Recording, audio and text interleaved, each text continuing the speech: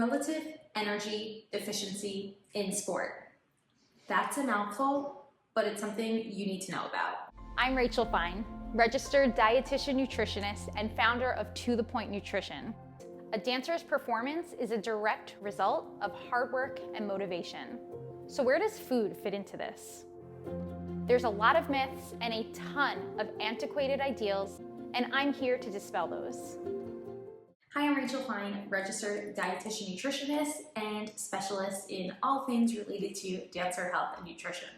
Today we're talking about a very important topic, specifically as it relates to dancers and the hormones that are supporting them. What was formerly known as the female athlete triad has since been retermed relative energy deficiency in sport. And the reason for that is because the negative consequences that happen within this instance not only happens to female dancers. In fact, all dancers can suffer the consequences of hormonal imbalances, especially as they relate to energy imbalances. So what is relative energy deficiency in sport, or in short, RED-S? Well, it encompasses a syndrome of negative health implications that result from a negative energy balance. Since calories are our body's #1 source of energy, that means that the body requires a sufficient amount of calories to not only allow you to perform physically, such as dancing, but also calories are required for your body to, think of it like this, run the work backstage, the metabolic work that keeps your body functioning optimally. Low energy availability. This happens when we are either not eating enough food to support our body's metabolic and physical needs, or we're expending such an extreme amount of calories throughout our day from intense movement like dancing that our body doesn't have what it needs to meet energy balance. Low calorie diets or restrictive eating behaviors. An example is clean eating is often to blame for negative energy balance. Now, when this is coupled with an intense dance schedule, so you're dancing every day, several hours a day, plus you're partaking in intentional restrictive eating behaviors, then you are at a high risk for RED-S.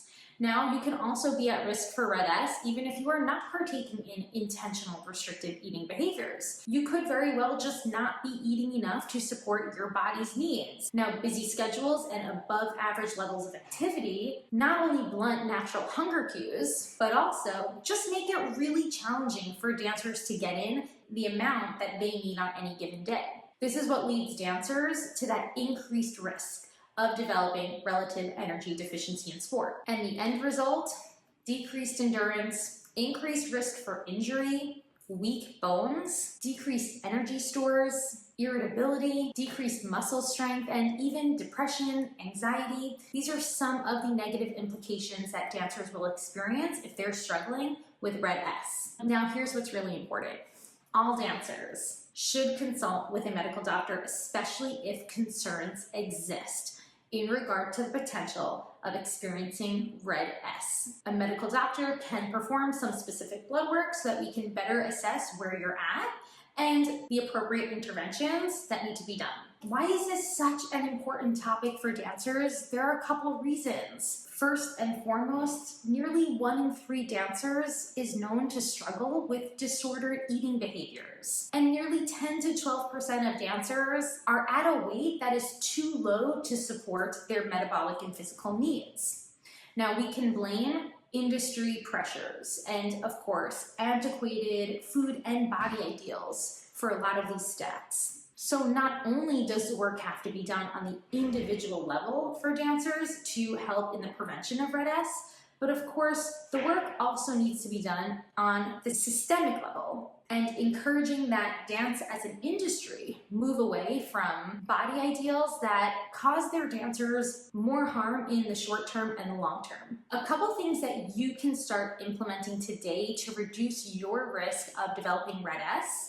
First and foremost is eat enough. This comes down to that proactive fueling plan that you hear me talk about a lot. See, as I mentioned earlier, both hectic schedules and intense physical activity cause hunger cues to naturally diminish. So not only are hunger cues commonly unnoticed when we're so busy throughout our day, but also dancers might genuinely not experience hunger cues because of their intense level of activity.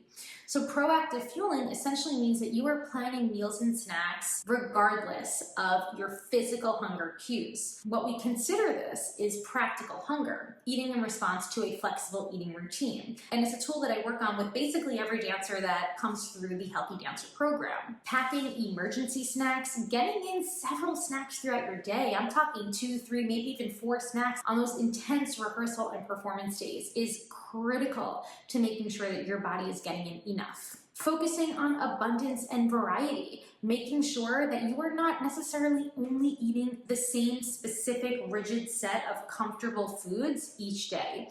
You want to think about variety. You want to make sure you're not falling short because of restricted food rules. We often see this with clean eating lifestyles where dancers end up sticking to very specific foods that they're comfortable with because they feel that they are clean or quote unquote healthier. But realize that this is more limiting than it is helping you. Abundance and variety is key, and making space for what's accessible to you. We want to avoid these strict food rules and instead consider an inclusive approach. Some foods to start focusing on now are foods that are rich in fat.